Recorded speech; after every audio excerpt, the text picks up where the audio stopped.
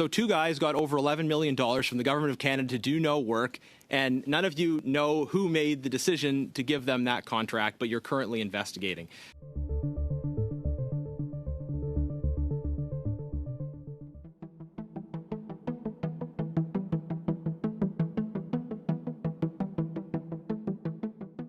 This scandal is fairly simple for the public to understand. You've got two people who run a company with 0 other employees. They get hired by the government. They do no IT work. They subcontract the work, and they get a big cut for themselves, over $11 million on ArriveCan alone. The government chose, for some reason, to hire these two middlemen who did no IT work to then hire someone else, and they got over $11 million in the process. And so it's frustrating to hear, you're talking a lot about processes and procedures and how do we tighten the screws on all the processes, but doesn't that miss the core point that this one obviously really stinks? And why didn't government officials, why did they think it was a good idea to give over $11 million to these two guys who did no IT work in exchange for their subcontracting services? So to really get at the nub of the issue, Ms. Gorman, why do you think they were hired?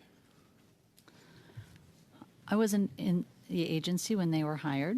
My understanding is that they had a standing offer that had been competed and established through public services and procurement, and whether I'm using the proper term, a standing offer or a supply arrangement for staff enhancements that the CBSA and other departments would use. Okay, let me jump in though. So these guys had a great thing going then. Clearly, like if Stephanie and I said, "Hey, we got an idea. We're gonna open a firm in our garage, and we're gonna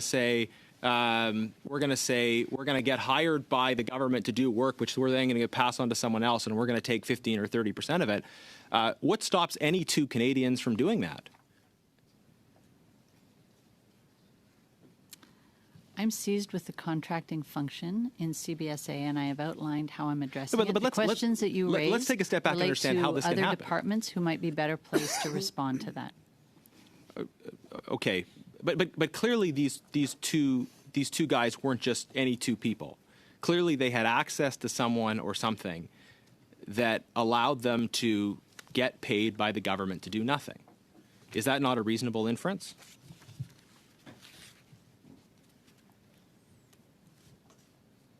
Mr. Doan, do you have a comment on this? Who made the decision?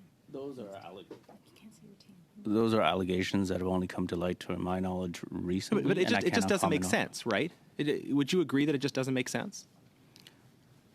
What doesn't make sense? My apologies. Well, the fact that two people were paid over $11 million to do no work and subcontract. The CBSA worked very closely with PSPC and all the rules governed by PSPC on all of these engagements. Yeah, but this is sort of process mumbo jumbo. Like I think people would want to know. They got paid to do nothing. Why were they hired? I believe. Who made the decision? Let me just ask that. Who made the decision? I believe, as my colleague at CBSA has said, that this is currently under investigation. So you don't know who made the decision? Not to my knowledge. Okay, so none of you know who made the decision to hire these two guys, according to your testimony? I can say, based on memory, that my team made the decision. Well, who? Who made the final decision? Who sent the email? At this time, to my knowledge, I do not know, and it's part of the investigation that's currently underway.